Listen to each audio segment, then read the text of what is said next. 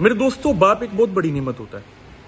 اندازہ تب ہوتا ہے جب باپ اس دنیا میں نہیں رہتا، اور اس سے زیادہ اندازہ تب ہوتا ہے کہ باپ کے بعد ایسے خون خوار رشتہ دار پائے جائیں جو وراثت کے تمام اصولوں کو مد نظر رکھتے ہوئے بھی کسی یتیم کی پراپرٹی پر قبضہ کر لیں.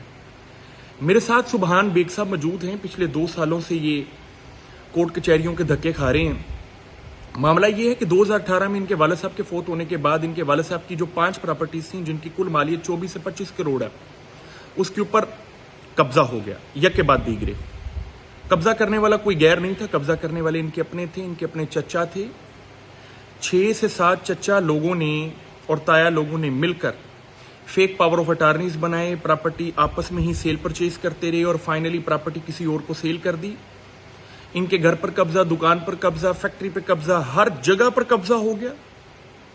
2 سالوں سے یہ کورٹ کچہریوں کے دھکے کھا رہے ہیں.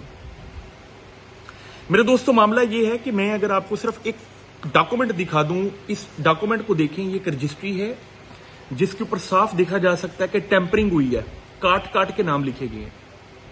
اس قدر ٹیمپرنگ ہوئی ہے کہ یہ کاٹ کاٹ کے ریکارڈ کو نہ صرف اصل دستاویزات میں اس طرح کاٹا گیا بلکہ ریونیو ریکارڈز کے اندر بھی کاٹ دیا گیا. 1 سال پہلے سبحان بیگ بھائی میرے پاس آئے ہیں. ہم نے ڈپٹی کمشنرز کو اپلیکیشن دی، ہم نے متعلقہ ایس ایچ او کو اپلیکیشن دی، آئی جی پنجاب کو اپلیکیشن دی. ہم نے کورٹ کیسز جو پہلے فائل ہوئے پڑے تھے جن کے اندر ڈرا بیک سے، ٹیکنیکل ایررز سے، ہم نے ان کو وڈرا کر کے نئے کیسز فائل کیے.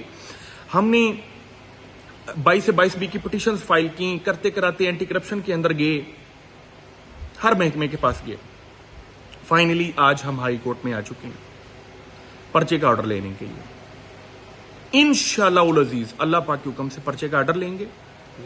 جو 420 انہوں نے کی ہے، جو فورج ڈاکومنٹس انہوں نے تیار کیے ہیں، بجائے کہ باپ کے فوت ہونے کے بعد یتیم کے سر پر ہاتھ رکھا جاتا، یتیم کے بھائی جو کہ یتیم ہے اور اس کی بہن جو کہ کالج گوئنگ ہے، ان تینوں بچوں کو اور پھر ان کی والدہ جو کہ بیوہ ہیں، ان سب کو بے آسرا کرنے والے ان کے تمام رشتہ داروں کے خلاف انشاءاللہ قانونی کارروائیاں ہوں گی. نہ صرف سول پروسیڈنگز ہوں گی بلکہ کریمنل پروسیڈنگز ہوں گی.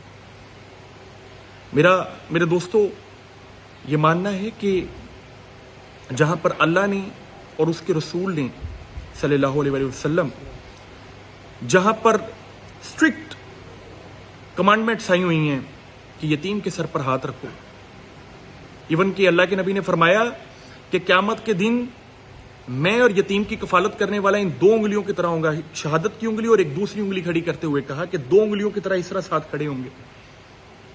میرے دوستو، جہاں پر یتیم کی کفالت کرنے والے کو اس قدر ثواب ہے تو آپ بتائیے کہ جو یتیم کے ساتھ زیادتی کرے گا اس کو کس قدر گناہ ہوگا، اور یتیم کو زیادتی کرنے والا اگر اس کا ہی رشتہ دار ہے تو اس کو کس قدر گناہ ہوگا. اللہ تمام رشتہ داروں کو ہدایت دے. اس کے ساتھ ہی ساتھ میں پیغام دینا چاہوں گا ان تمام لوگوں کو جو اپنی زندگی میں اپنے بچوں اور اپنی بیوی کے لیے اس قدر ورکنگ نہیں کرتے کہ ان کو سہولتیں میسر آ جائیں، ان کے پاس ڈاکومنٹس اویلیبل ہوں. وہ ڈاکومنٹس جب ان کے پاس نہیں ہوتے، وہ ڈاکومنٹس کسی اور بندے کے پاس جاتے ہیں تو پھر فورجری ہوتی ہے، پھر ہراساں کیا جاتا ہے، ہراسمنٹ ہوتی ہے. ان کے والد صاحب نے بھی اپنے پاس ڈاکومنٹس نہیں رکھے تھے، اعتبار کی بنیاد پر اپنے بھائیوں کو ڈاکومنٹس دیے ہوئے تھے. پہلے دادا کے پاس پراپرٹی کے ڈاکومنٹس تھے، پھر وہ ان کے فوت ہونے کے بعد بھائیوں کے قبضے میں آ گئے. یہی ہوا کہ جب ڈاکومنٹس ان کے پاس نہیں تھے تو ان میں ٹیمپرنگ ہوئی، ساری زمینوں پر قبضے ہوئے، پراپرٹیاں سیل ہوئیں. آج یہ سٹے لگا کر در بدر بھاگ رہے ہیں. اللہ پاک ان کے لیے بھی آسانیاں پیدا کرے اور آپ سب کو بھی اللہ یہ توفیق دے کہ اپنے قیمتی کاغذات، اپنی قیمتی دستاویزات اپنی گرفت میں رکھا کریں. جزاکم اللہ خیرا کثیرا. اللہ حافظ.